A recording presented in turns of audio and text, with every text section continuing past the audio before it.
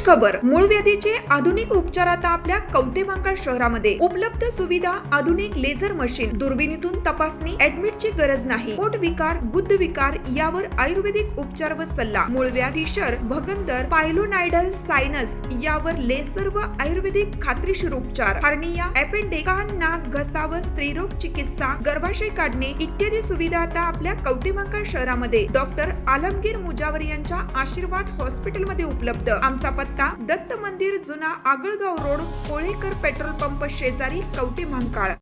प्रत्येक बातमीतील घटनेच्या वास्तविकतेची तुलना थेट पाहत रहा सांगली अपडेट।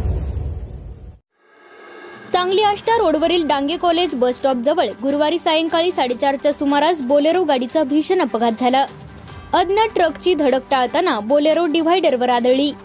या अपघातात आशा पंडितराव देशमुख वय वर्ष 65 यांचा उपचारादरम्यान मृत्यू झाला, तर अन्य 3 प्रवासी गंभीर जखमी झाले आहेत। मिळालेल्या माहितीनुसार सुजित शिवाजी देशमुख राहणार मर्दवाडी यांचे चुलते पंडितराव भाऊसाव देशमुख वय वर्ष 70, चुलती आशा पंडितराव देशमुख वय वर्ष 65, बहीण पूनम विकास पाटील वय वर्ष 40 आणि सुमित्रा अनिल लवटे वय वर्ष 45 हे दोघे बोलेरो क्रमांक MS10 DQ 9497 मधून सांगलीकडून आष्टाकडे येत होते।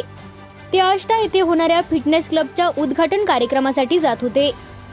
सर्वोदय साखर कारखाना रोडने आलेल्या एका अज्ञात आयशर ट्रकने अचानक समोरून आडवे येण्याचा प्रयत्न केला। ट्रकची धडक टाळण्यासाठी बोलेरो चालकाने वाहन उजवीकडे वळवले, मात्र गाडी रस्त्यावरील डिव्हायडरवर जोरात आदळली। धडकेमुळे चौघांनाही गंभीर दुखापत झाली आहे। जखमींना तातडीने मिरज रोडवरील समर्थ ट्रॉमा हॉस्पिटलमध्ये दाखल करण्यात आले। उपचार सुरू असताना गुरुवारी सायंकाळी 6:30च्या सुमारास आशा देशमुख यांचा मृत्यू झाला। अपघातानंतर आयशर ट्रक चालक घटनास्थळी न थांबता पळून गेला। या प्रकरणी सुजित देशमुख यांच्या फिर्यादीवरून आष्टा पोलीस ठाण्यात अज्ञात आयशर चालकाविरुद्ध गुन्हा दाखल करण्यात आला आहे। पुढील तपास सहाय्यक पोलीस निरीक्षक SN आवटे करत आहेत।